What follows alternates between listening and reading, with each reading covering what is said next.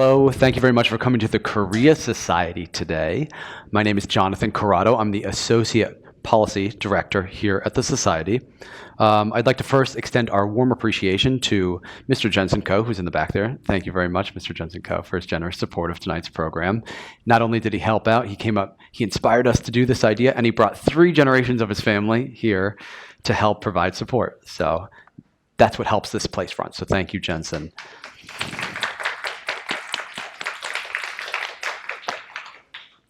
This event is part of a series conducted by the Korea Society all about how life is changing and human rights abuses, how society has shifted over the past 20 years inside North Korea.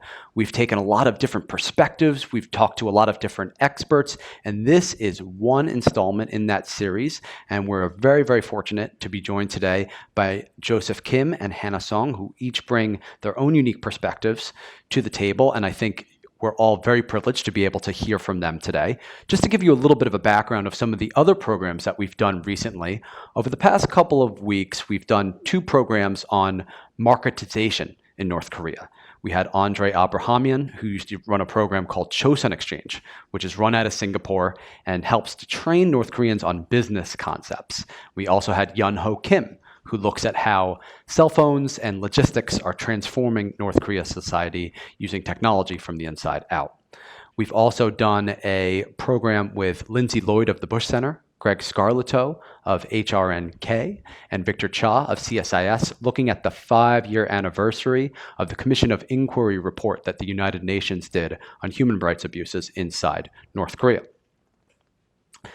Last fall, we did a very special program called the Bluebird Post that was sponsored by North Korea Reform Radio, which broadcasts news about the outside world and news about North Korea inside North Korea.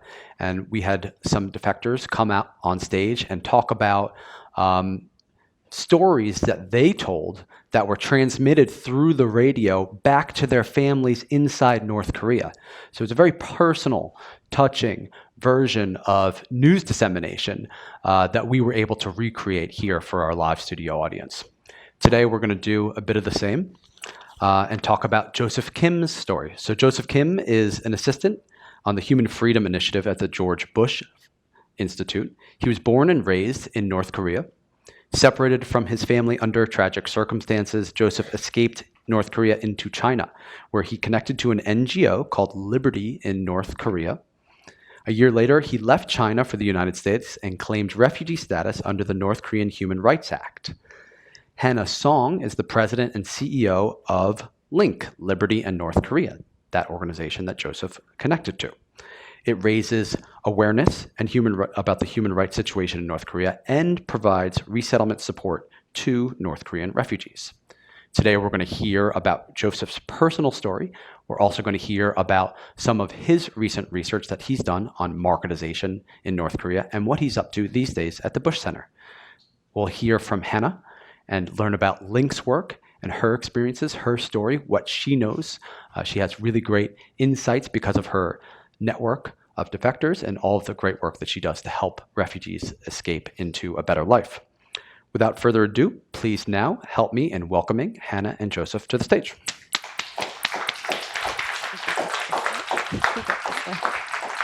Like we should just jump out there. We took the long way. Could have just jumped here, shortcut.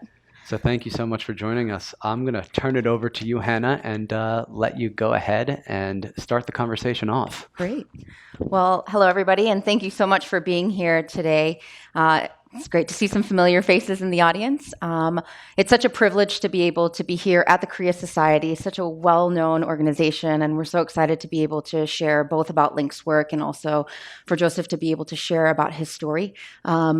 As Jonathan had mentioned, we're really fortunate to do the work that we do. Link is an international NGO, and our work is primarily focused in 2 core areas. The first is really in helping North Korean refugees escape after they've managed to make it into China. As many of you already know, the Chinese government does not recognize North Koreans as refugees, and instead they cooperate with North Korea to actually hunt down and seek out North Koreans who are currently hiding in China. And they will work to actually repatriate and forcibly send them back. If North Korean refugees are caught and sent back to North Korea, they may face incredible punishment for having left illegally in the first place. So our work really begins in China. We have a sort of underground network of individuals that we work with to help North Korean refugees safely escape out of China all the way to Southeast Asia. It's a sort of like a modern-day underground railroad. It's about 3,000 miles of secret rescue routes. And once they make it there, we then help assist them in their final settlement to countries like South Korea and the United States, where we also provide them with refugee resettlement support. We work with North Korean refugees not only because of the humanitarian imperative, but also, frankly, because of the strategic one. North Korean refugees and the defector community, particularly in South Korea and here in the US, folks like Joseph and many other North Koreans, they've frankly emerged as some of the most effective agents of change on this issue, playing a role that many others cannot play in terms of helping to accelerate key changes within North Korean society, like Jonathan had mentioned. And so that is a really important part of our organization strategy, and frankly, another really important part of the reasons why we should be providing more support to North Korean defectors, not only in their escape, but also in their settlement to ensure that they have a smooth and successful transition into their new lives. The second part of our work is also in essentially changing the narrative on North Korea. When you hear North Korea, the average person typically thinks about Kim Jong-un or nuclear weapons. In fact, Kim Jong-un is probably the most famous Korean on the peninsula that people know. More people can probably recognize him by name or face than they could Xi Jinping. And I think that that's really something to be said, and it's frankly unfortunate. So instead of thinking about 25 million North Korean people who live in that country, people's initial thoughts go to the nuclear insecurity issues or to Kim Jong-un himself. And so that's something that we're really working to change. We love working with individuals like Joseph and other brave North Koreans who are willing to share their stories, to help them to tell their stories to the rest of the world, and to really be able to change the narrative on this issue, to bring more attention to the North Korean people, not just the politics, and to hopefully be able to bring much, much more attention and resources to this issue. And so that's essentially the work that we're doing. And we were so fortunate to be able to meet Joseph in China and to have a chance to bring him, help him to come to the United States. In fact, he was part of the very first group of North Korean refugees that we helped reach resettlement here in the US. And so, you know, Joseph is like my brother from another mother. We've had a very long relationship together, and it's been absolutely incredible to see him and to just see how far he's come since he first came here to the United States in 2007. And so I'd love to just start off by giving Joseph an opportunity to actually share a little bit about his story. I have a bunch of my own questions, and then there will also be a time later on for many of you to also ask your own questions as well. But maybe just to start off with, Joseph, could you introduce yourself and share a little bit about your life in North Korea? What was it like? What was your childhood like in North Korea? Well, first of all, thank you for coming out today, and thank you, Jensen, and for organizing this event, and Jonathan, good to see you.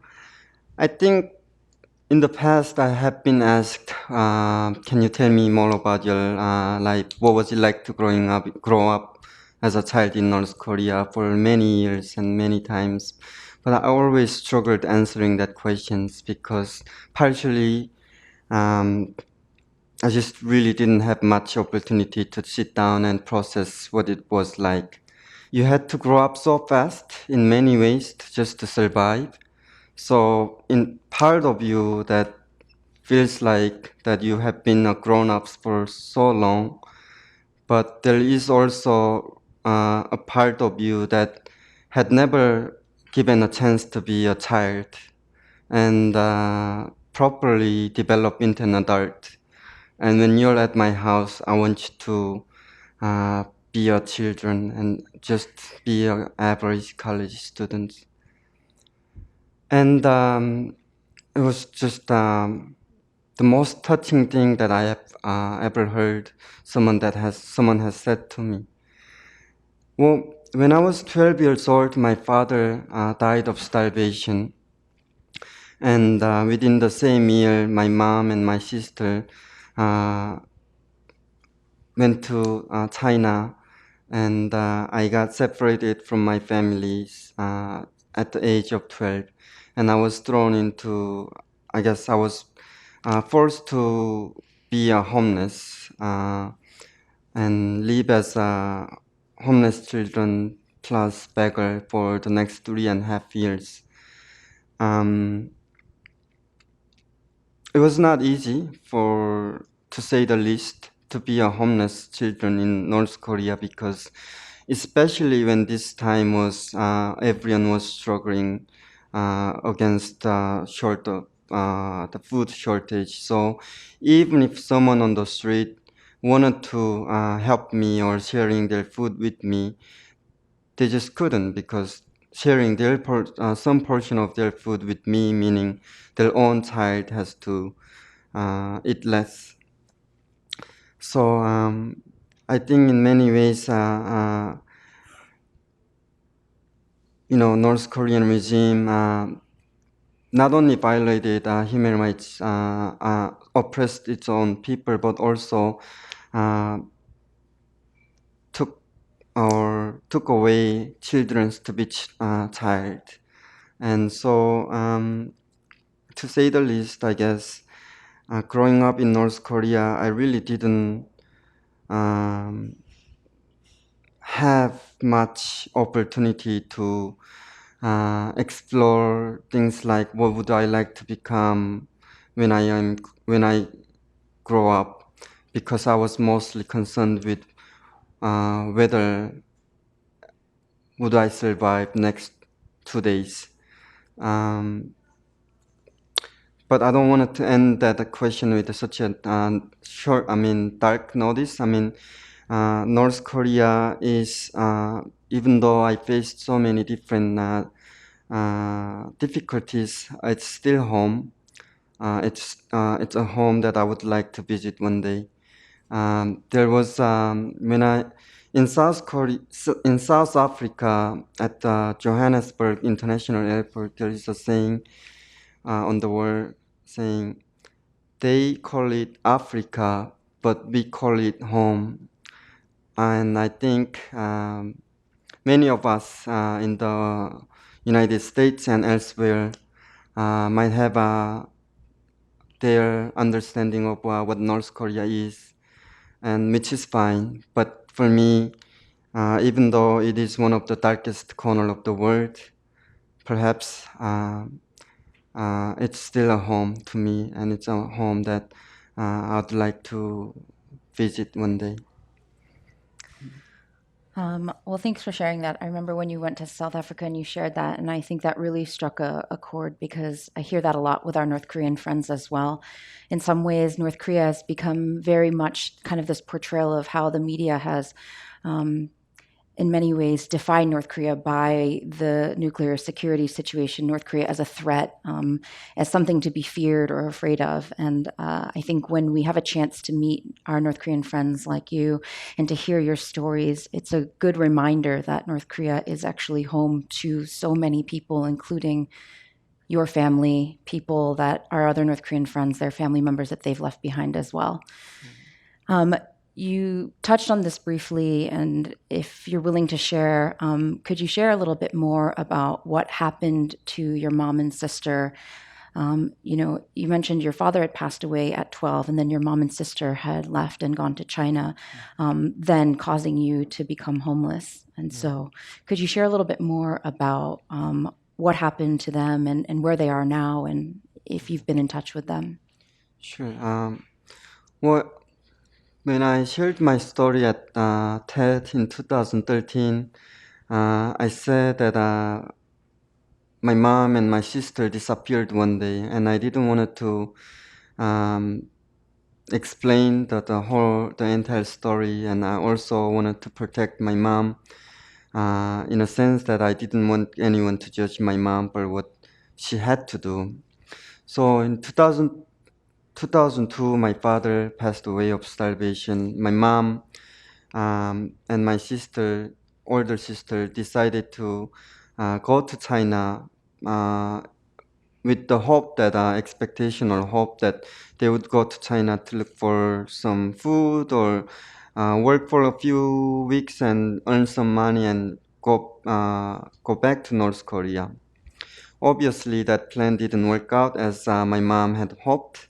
And once my mom was in China with my sister, with her daughter, she was forced to sell her daughter. Basically, this I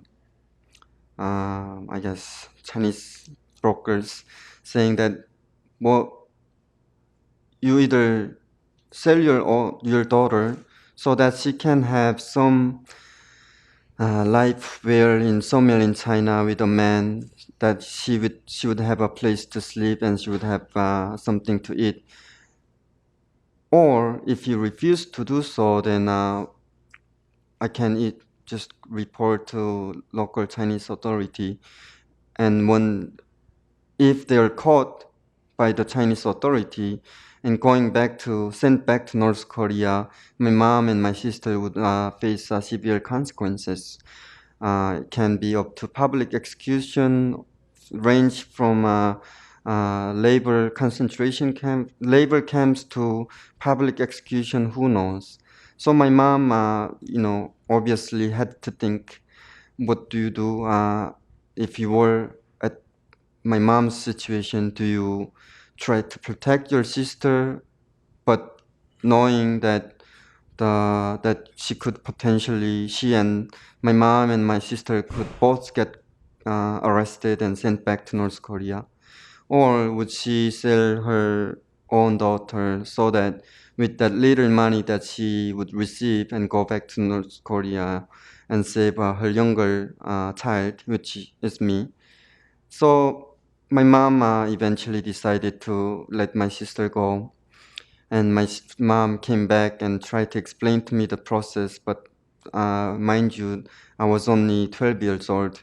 I couldn't process that, and it was also my expectation that I would see my sister within a few weeks. So I was just really saddened and shocked that that's what happened. Um, which a part of that. I didn't really know what to do with that story, and I didn't really have a lot of chance to reconcile that with my mom, because my mom was trying to go back to China to look for my sister, but she was unfortunately was caught and sent to a labor camp. Um, and in my junior year in college, when I was about to study for my final exams, I received the news that my mom passed away at the concentration labor camp that she was sent. And my sister, I still don't know what happened to her. Or my only hope, not only hope, I think a better situation or scenario is that she was sold to a man who is kind and loving enough to take care of her and love her. I have an app called Drops, and I'm learning Chinese whenever I have an opportunity, and partially because I hope that one day I would be able to meet my sister. And I hope that when I meet that man who stands next to him is a kind man, and I hope that by then that she has children, which would be my niece or nephew, and I would like to communicate in Chinese. So learning Chinese with a map, with an app. I'm not sure how. It's not progressing much, but I'm trying. So yeah, that's where I am with my sister and my mom. Yeah. Right. I already know his story, but so can you talk a little bit about why you decided to ultimately leave North Korea then? Well, I explained this in book, but to boil it down with really simple sense, I think it was for me to choose between life and death. As I explained earlier, I mean, I lived as a homeless children for about 3.5 years, I've seen many people who didn't make it, and there was no guarantee that I would not be one of them. So, um, sorry, it's my work. I had to eventually just decide: do I just stay in North Korea and potentially die of hunger, or do I take this chance to escape North Korea? And I'm glad that I chose the latter. So yeah, basically, I was in a place of choosing between life and death, and there was not much choice to begin with. So, and here I am. Yes. Kind of glossed over a lot of details there. So, in the actual escape, there's a number of ways that, well, not a number, it's primarily just one border. Very, very few people have made it across the DMZ, although there have been a handful of cases. So, making it across the border into China, it's quite dangerous. So, could you share a little bit more about kind of what are the dangers that are involved? You know, were you aware of those risks when you decided to make that escape across the border? And then how did you literally get across? Most North Koreans typically will have to enlist the help of brokers to make it just across the border. And I know that you didn't. And so how did you manage to get across safely and make it? I don't think there is a chance that I can address every question of that, but because we probably need another day for that. But well, number one, yes, usually people, the safer way to escape North Korea would be you give some money to North Korean soldiers who are patrolling the border. But it was 2006, and with that, at the time, it was 200 200 yen. Have no idea what that is equivalent to today in US dollars, but maybe like $20 or some or so. But I didn't have that luxury to bribe the soldiers, because if I had that much of money to begin with, as a North Korean homeless standard, I could live probably a year without begging. So obviously I didn't have that kind of money to bribe.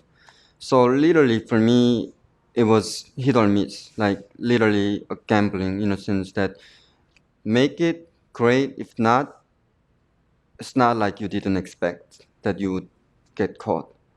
So that's one. Number two, once I crossed to China, I guess one thing that I tried doing different was that instead of night time, I escaped, crossed the border during the daytime, because even during the nighttime, trying to escape North Korean border is just, without bribing soldiers especially, it's almost committing a suicide. So, and I never really heard anyone who tried to cross during the day. So I thought maybe, these soldiers may become complacent about it, because, why the heck, why would anyone try to cross that during the daytime? And because I knew the probability of successfully escaping North Korea without bribing is so low, so I knew that I was taking so much risk anyways. So I was like, what's the difference? Maybe might as well I will try something new. Which I would not recommend to anyone in North Korea today, because I'm lucky that there was no one at the time, because these soldiers have the right to fire their weapons at any moment. So I'm happy that it worked out for me, but that's not usually how North Koreans escape. Once I got into to China, how do I try to make it a long story short? I was shocked because in North Korea, I understood why people were reluctant to share their food with me, or for obvious reasons. Going to China, I thought anyone or everyone would give me some food, because if not surplus, at least they have enough leftover rice to share with the strangers. And it was not like I was asking for like 5-star hotel steak or meal. So I didn't think it was going to be a problem getting some food. But then the reality was very opposite, and you know, I was just really confused at the time. I was like, like, I know not everyone is nice, but I didn't think that that was the condition of humanity, or that's the nature of humanity. So, but then, I mean, I didn't have luxury to have this contemplation of what is humanity or not. When I was at a situation, I had to find a place to sleep. So, yeah, not many people were willing to share food with me, and obviously they didn't want. No one wanted to take me into their house to sleep, because, as a homeless children, I hadn't showered for months, and I was poorly dressed. Why would anyone? I mean, it was understandable why they didn't want me to stay and sleep at their house. So yeah, I mean, I had to, I went up to a local mountain, and I found a valley where I put myself and then covered with tree leaves. And this was during the winter time, so the leaves were all dried. I guess supposedly helper. So yeah, so the first night I slept in the mountain. Even in North Korea, as a homeless children, I've slept many times outside on the street, but never really in a mountain. So it's like a new experience. Um, and sorry, I forgot your question. I will stop from there. You're doing great. Yeah. Just continuously telling the story about how you eventually, maybe you can share a little bit about what was life like in China, because as we've already talked about, it's not safe for North Koreans who are there without permission from the North Korean state, without a visa, without status. So, were you hiding? Were you able to roam about? How did you eventually find shelter? Well, I found shelter through underground Christian churches in the northern part of China called Yanji. And life, I guess, let me put it in this way. Life in China was worse enough for me to convince myself to wanting to go back to North Korea, if that makes sense. Let me explain to you why I felt that way. After a few weeks of sleeping in the mountains, and sometimes sleeping in the abandoned houses or incompleted construction sites or whatever you find, I was one of us Christian. I mean, why do I say church members were looking for someone to take me to their house. And obviously that was hard, because there was a high demand for women, because for whatever the physical differences there are between men and women. But there were very little people who wanted to take North Korean boys, because what do you do with them? There's no value to bringing them. So, my friend had a really hard time finding someone to saying, I'm going to take this boy. And so finally, my friend found one. And this Korean Chinese grandma spoke Korean, obviously, said, I'm going to take him to my apartment or my house, but with the condition that if he agrees to change his name to Joseph. And my church friends was like, why is that? And then, she says, this Chinese grandma said, if Joseph agrees to change that name, then I will consider that it is God's will for us to be together. But if he says no, then she was not going to take me. And my church friend was supposed not to tell me this, And my church friends came back to my room and say, Joseph, when this grandma asks you, are you Joseph, you must say yes.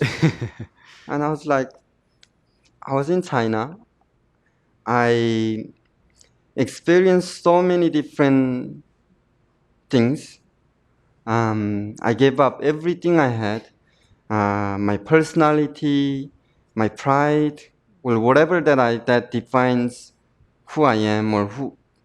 But the only thing that helped me to remind me that I'm still a living person is the fact that it's the name that my father had given me. And so I was thinking, I mean, obviously I was crying at the moment, but I was like seriously thinking for the first time, I said, is it really a worth life to continue? Like, I mean, it was not like I was going to become a prime minister of a developed country to change my name, but the return was that I get to potentially sold into a slavery, labor slavery or whatever. So I was like, just really not happy, obviously, and I was, which was the reason why at this moment, I said, you know what, this is messed up. I don't like this place where I am, and I would rather go back to North Korea. And my plan, so you might ask, why did you end up being Joseph? I guess part of that explanation is that I was like thinking, okay, I'm going to this woman's house. Well, my plan was to go to this house, and as soon as I find out where they hide money, I would take it and go back to North Korea. So in my mind, I was like, who cares if someone calls me Joseph or by my Korean name, because my plan was not to stay in China forever. So when this woman walked into my room and asked me, "Are you Joseph?" and I said yes, and then she was like, "Oh, this is great," and she took me to her apartment, and then, but this grandma was actually really one of the kind person who I met, and without her, I would not be here today. So my understanding of going to her house was that I would offer labor as and in return for food and place to sleep.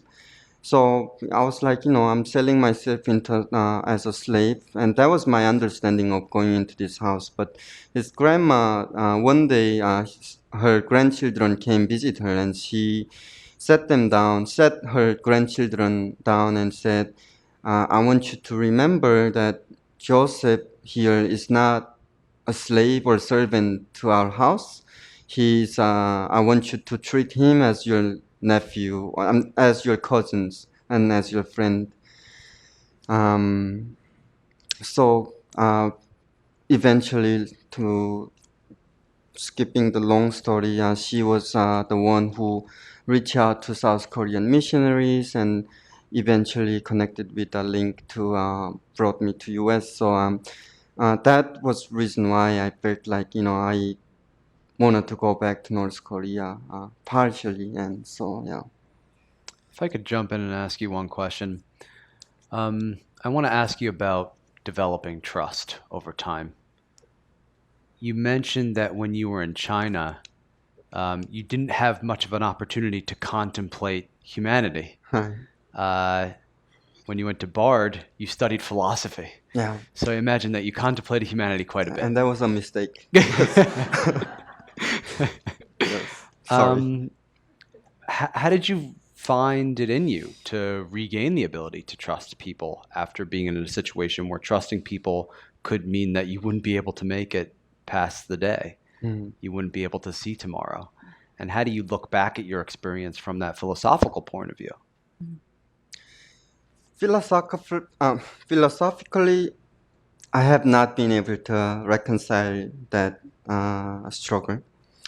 My studies and especially my interest in philosophy was the notion of human nature, and in connection with the relationship between such thing called state and citizen. And my another big interest was the notion of what is justice. And obviously, these are not easy questions to answer. And in fact, I don't think anyone has been able to define a universally agreeable definition of any of these questions. So philosophically, I have not processed that yet. Funny, one day I went to see my professor. Uh, I took her philosophy class over 3 times. One day I got just really burnt out from the recognizing the theories, what ought to be versus what it is in reality. I was like, this is just so overwhelming. And I went to see her and I was like, really, are you like not gonna give me anything to work on? And she goes like, Joseph, and this is a professor that I confide like over the years, and she was saying, Joseph, embrace the frustration, and that's how you become the lover of truth. Hmm. And this was philosophy professor, and I was like, but you never really told me what truth is, so how do I become a lover of something that I don't know? But that's a longer story. So yeah, I mean, it's philosophically, I don't think I have processed that. Personally, your question about how do you gain trust or develop trust? Hannah actually gave me a really good advice that is so practical. She said that in the past, you have developed a program, such a thing called self-defense mechanism, and you had to do it in North Korea and in China to survive. Here in the United States, now you have to deprogramming those systems that you have developed. And she said that in the process of deconstruct or deprogramming those defense mechanism, you're gonna be hurt and you're gonna be put in vulnerable place. But that's only way you can develop a trust and which is the best advice that I could ever ask for. So I don't think I ever thanked her before, but Great chance but right here. and another thing is that I think so. How do I maintain positive and optimistic Yeah. despite of recognizing uh, the politics and the the not very beautiful side of humanity or that you have studied. I think what helps me to stay positive and be strong is it's not really the knowledge that I gained from college. It's rather of the very small fact that I was loved by my parents and I was loved by my sister is what keeps me to be positive and stay strong. I say this because in North Korea, when I was homeless, I met many other homeless children who, were around my age or even younger. And, I asked one of them, or many of them, I said, how did you end up becoming homeless on the street? And some of them, a lot of them had said, mm, I was lucky because I became homeless when I was 12. Some of them had become homeless when they were 5 or 6. And some of them told me saying, my mom had told me that wait here, mommy will be back with your favorite food for 5 minutes. Within 5 minutes, 5 minutes later, she doesn't show up. 50 minutes later, still no. 5 hours later, no. 5 days later, by now, then you know that you are not wanted. Even if you were only 5 or 6 years old, it's not very difficult to discern that. So I think one of the reasons why many homeless children have passed away, and I have been able to survive is the fact that many of them had this big scar in their heart, knowing that they were not wanted. So for them, when they were facing difficulties, what every day was difficulties, but when they were facing harder and harder challenges, they knew they have this understanding. Well, even if I die today, no one's gonna care, no one's gonna be sad about it. And that was the reality, because when homeless children didn't wake up the next morning, there was no proper burial. They just took them, who knows where they put them. So knowing, have witnessed what happens to the dead homeless children, and knowing that, or at least understood that they were unwanted from their own parents, like when they need to stand up one more time to fight, they chose not to fight, because at the end of the day, in my understanding, obviously I haven't spoke to any of them who have passed away, but my understanding is that, and my concern is that these children were at their last moment, they gave up their life because, again, I was not um, was unwanted.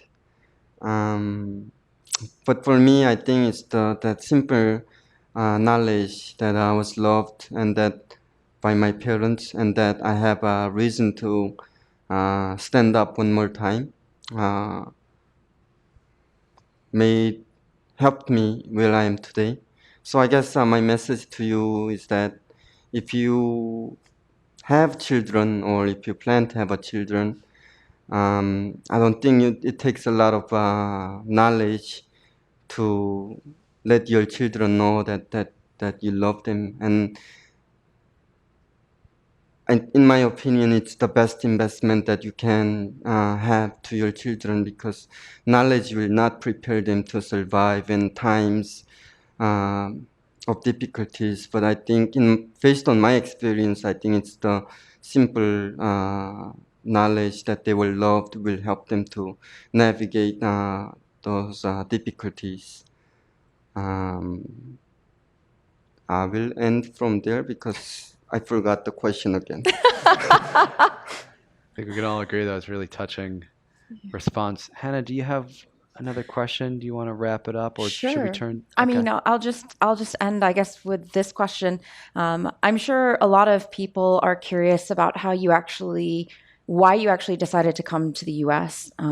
Today, there's almost 32,000 North Koreans who have chosen to go and resettle in South Korea, in the United States, thanks to former President Bush and the North Korean Human Rights Act. The first North Korean refugees came here to the U.S. in 2006. You came in 2007.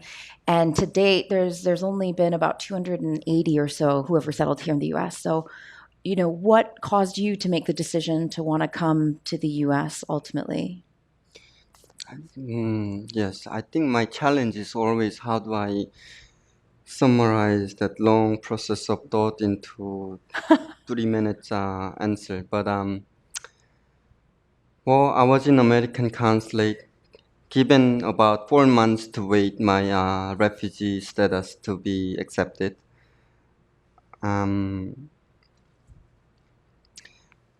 Number one reason was that in South Korea, I would not know anyone, so zero. Versus coming to US, I had met one of the link members in China who helped me to go to American consulate in China. So I thought, well, going to America, I would know at least one person. So I said, well, 0/1, one is greater. So that was one reason. Number two, I was in, as the part of process to verify whether you're actually from North Korea or not, there is a series of interviews, and one of them which would be like seeing Kim Il Sung's or national anthem or whatever, or they would like bring the satellite image of my hometown and would ask me like, what is this building? And you wouldn't know unless you're from that hometown. And but during this process of interviews, one of the interviewee asked me, "Why do you want to go to America?" And my obviously my prepared answer was that I wanted to have freedom. And then this person goes like, "Well, South Korea also a free country," like, and I was not ready for that.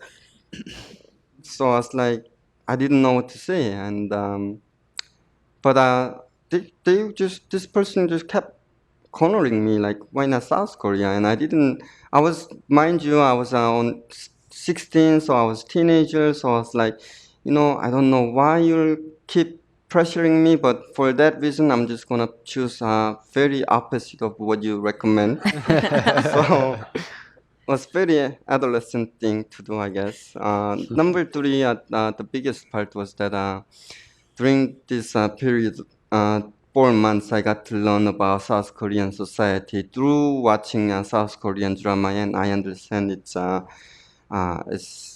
drama and doesn't have limits as to explaining what South Korea society is about. But for me, who never had chance to learn about South Korea, I think that the drama was suffice enough to get I guess, overall view of understanding of South Korea. And one thing that I realized was that, it's a country that appreciates someone who speaks good English. So I said, you know, going to America, I thought that, I would at least learn English. So I said, I will go to America. You forgot reason number 4 when you watched Rambo. Well, that's way before, Way before in in American embassy. So I will make it short. There are hundreds of North Korean homeless children who are hiding in the mountains or wherever that is in China. South Korean missionaries going to China, they can't rescue or save everyone. It's impossible.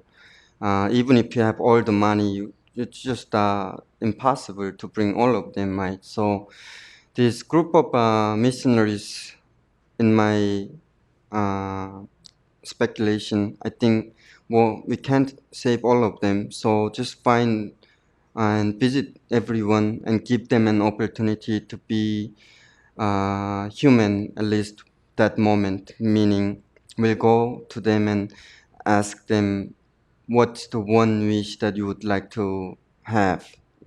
And so that opportunity came, and this South Korean woman came and asked me like, so here I am. I'm happy to help you with, if it's in my capacity, anything that you wish for. And so she said, ask me anything you would like to have at the moment. And I was thinking about it for a few minutes, and I just couldn't really. I wanted to make sure that I asked the right thing, and she thought that I was too shy to ask, so she was like, "Oh, it's okay, just let me know." And then I said that I would like to have a soccer ball, and then she started crying and laughing at the same time, which was so confusing. And I was like, did I ask too much of it, or what? Obviously, I had no knowledge of why she was acting in that way. And to make a long story short, she delivered the soccer ball a few weeks later, and then she also asked me, "Would you like to go to America?" And my immediate answer was no, because since I was, as much, I was taught and trained to hate America.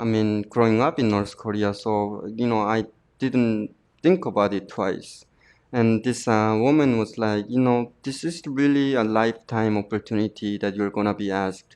So think about it one more time, and think about when you go home. Think about it. So, like thinking, I'm like America. So like I was trying to watch any movie that portrays what America is. And this was in China. I didn't speak any Chinese language, so I would not understand. So I was just flipping channels, looking for any movies that has white people, thinking that would be, I don't know why, but I thought that would be American movie. So I found the movie, I obviously because it was in Chinese, I wouldn't know what the title of that movie is. But basically, one of the character was from Lambo. How do you say? Sylvester Stallone. Yes. So he was in the movie. So basically, he like wore the black leather gloves and opened the refrigerator, take out some drink and some bread, and then eat it and then leave it in sink. And I thought, well, I'd like to go to America because I was like, well, I thought that Americans don't use a lot of dishes for during the meals, and the reason why that was so compelling reason was that this was when I was with this Chinese grandma, and I was doing wash dishes every day from morning, lunch, dinner. And if you're Korean, you know that there's so many dishes to wash from every meal. So I said, if I go to America, at least I wouldn't have to do a lot of dishes. So that was the reason why, and I mean one of the reasons, and not the entire reasons. But so yeah, I said, okay, I would like to go to America. So that's what she meant. So Isn't you were set up. the ironic thing is, didn't you end up washing dishes again when you were working Yeah. part-time here in America? In high school, yes, high school, I yeah. did a part-time job at an Italian restaurant. Ended up doing more dishes than ever in my life. So You developed some hard skills in China. yes, I guess I was prepared for that. Were you surprised when Americans didn't look like Sylvester Stallone when you arrived? I was more shocked that there is that not there was so much dish involved in every meals, which was not I expected. To take a slightly more serious take at that question, can you talk about expectations versus reality when you came to America? Before you arrived here, what were you expecting? And then when you did get here, how was that different? Well, it's two territories that I had no knowledge of. I mean, in order to have an expectation, you have to have some knowledge. I guess I had some knowledge in the sense that I was thinking that in American society during the meals you would not use dishes. So in terms of if that was the expectation coming to US, what totally was not true. I mean, number two, realities was just a lot harder because I was teenager, I was 16, I was like finally I'm leaving this whatever country, China, and going to US, and I was just really excited, but without realizing you have to learn the language, you have to, there's just so many things. I mean, it's a complete different universe, a different world than I used to be. So just in many ways, I was not ready for such reality. And one funny story, I guess. I was put in American high school. Obviously, all of my teachers knew that, he doesn't speak English, but he's Asian, so he must be good at numbers at least. So this was I'm pretty sure it was algebra class or in freshman year in high school. My math teacher asked me to go and solve one of the problems, and I was like, this is, I mean, even in North Korea, like I had barely like elementary school education, so I was like just thinking like, what do I do? Like, so yeah, I mean, just small little things like that I never expected. Yeah. Well, I think if the 30,000 plus defectors in South Korea right now are the test case for what reunification will be like. People like you are so rare because you're the test case for what the future reconciliation between America and North Korea can look like. And hopefully, if that day comes, you could serve as a bridge to help the healing process.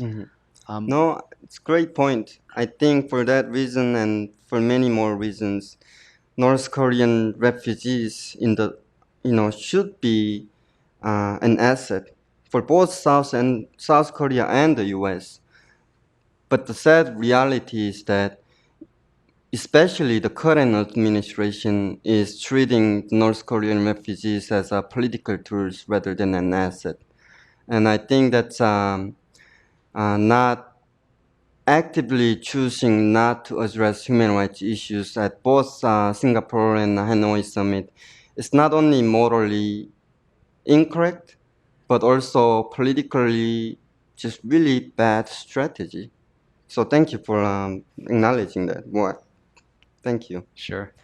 I'd like to invite Mr. Jensen Ko up to come make a point and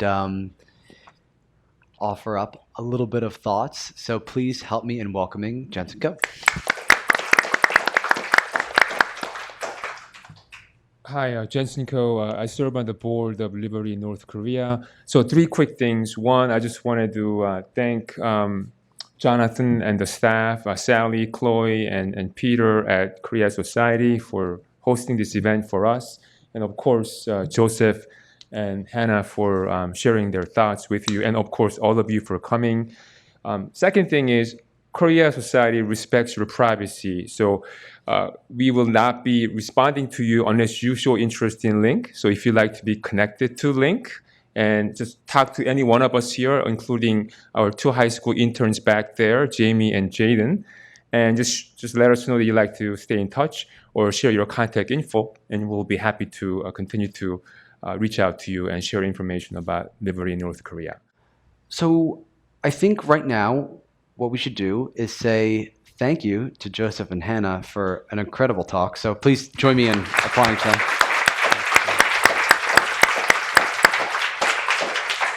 I invite you to please fill out your feedback forms and tell us how we did, how we could get better, and you can place them on the reception desk back there.